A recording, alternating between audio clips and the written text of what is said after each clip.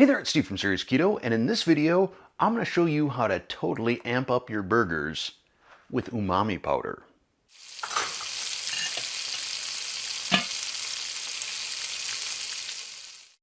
This video is a little bit of a flashback video because about a year and a half ago, almost 2 years ago, I did a video on creating the ultimate smash burger. This is how I make burgers, and it really covered the entire process from picking out meat, grinding meat, making the burgers, and embedded in all of that was my umami powder recipe.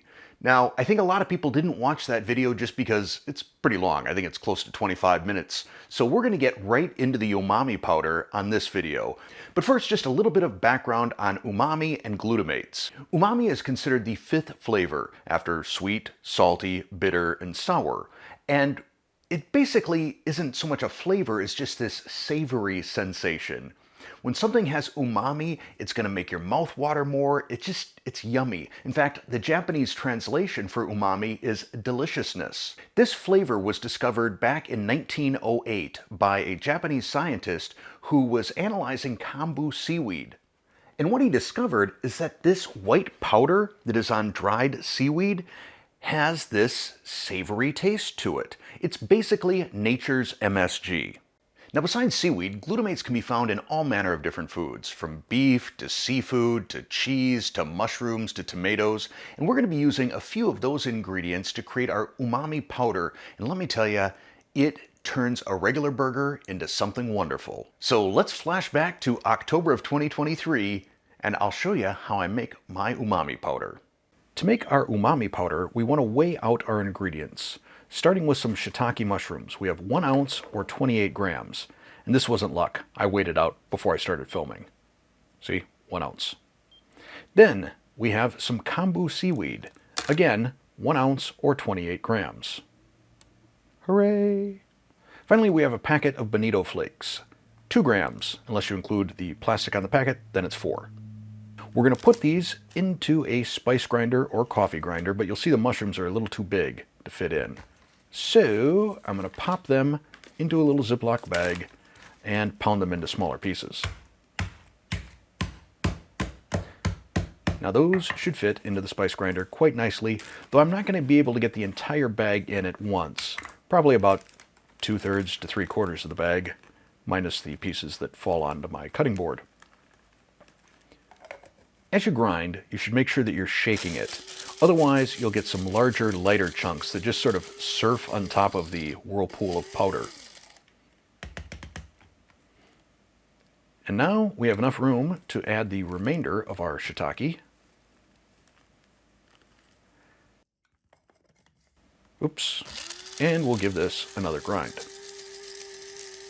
Again, shaking while grinding. I'll flip it over, bang it on the counter a little bit. That'll get all the dust off the blade. And there we go. Shiitake powder. I'm going to put this in a bowl and set this off to the side while I do my kombu seaweed.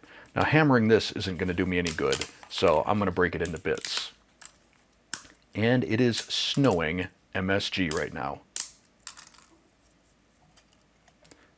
Pop on the cover. Give this a good grind, pulsing and shaking,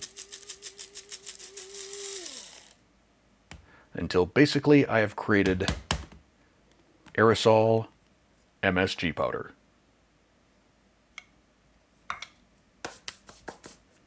I'll then add my bonito flakes, also called katsuobushi, and grind that in with the kombu.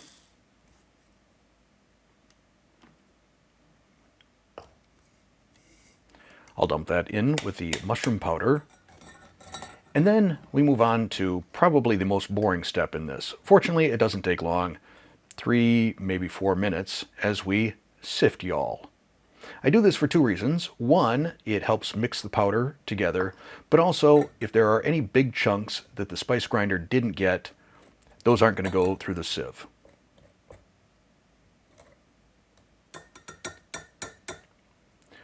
After I've pushed all the powder through the sieve, I still have, I don't know, maybe 3 or 4 tablespoons of larger chunks here. And those will go back into the spice grinder for a few seconds of grinding and shaking. We'll sift this once again. And at this point, probably any chunks that are left over are still going to be fine enough. Pretty much like coarse ground black pepper, and it's mostly seaweed. That's fine. I just don't want to hit any big mushroom chunks in my burger. I'll stir this in. And satisfied, I will give it a taste.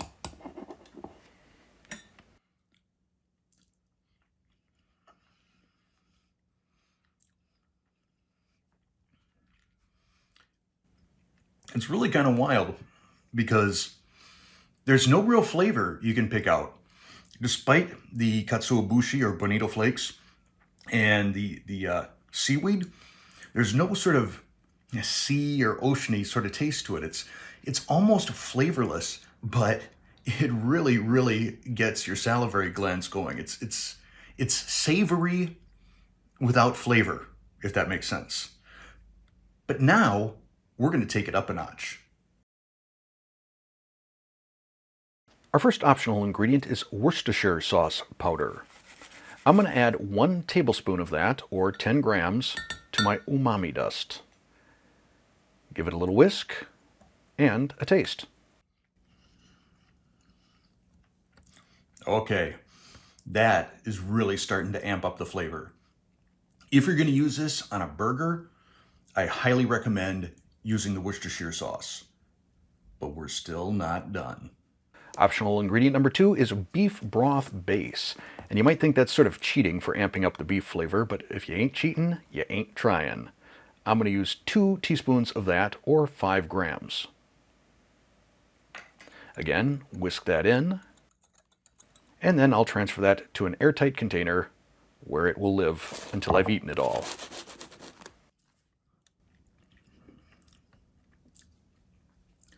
Right now, this is just a beefy, savory flavor explosion in my mouth. I cannot wait to put this on a burger. So if you're using this umami powder in burgers, I recommend mixing it in with your ground beef at a ratio of 1/2 tablespoon per pound of beef. You can also use this as a rub on steaks. Works out especially good if you're cooking them sous vide. You can add it to soups, you can add it to vegetables. It's really just a flavor enhancer. It takes whatever flavor was already there and amps it up, but especially beef. Now I purchase these ingredients in bulk because I've determined that I absolutely love this powder. I make it frequently. I will include links to all the ingredients down below in the description. Certainly if you can find smaller bags if you're just trying this out for the first time, I do recommend that. But you'll save money if you buy in bulk. Now I realize this wasn't a super glamorous recipe video, but trust me, this is going to make some great burgers. And speaking of recipe videos, if you never want to miss one of my videos, down below in the description is a link to my newsletter. It comes out once a week and has all 3 of my videos from the previous week, as well as a flashback video, behind the scenes info, and maybe some other goodies. No spam, and I will never sell your email to anybody, so check it out down in the description below. If you enjoyed this video, please click that like button. If you're not a subscriber already, tap that subscribe button, then hit the bell to turn on all notifications. And if you'd like to help out the channel and get some perks in return, click the join button and see what channel memberships are all about. Thanks for watching, and happy grilling.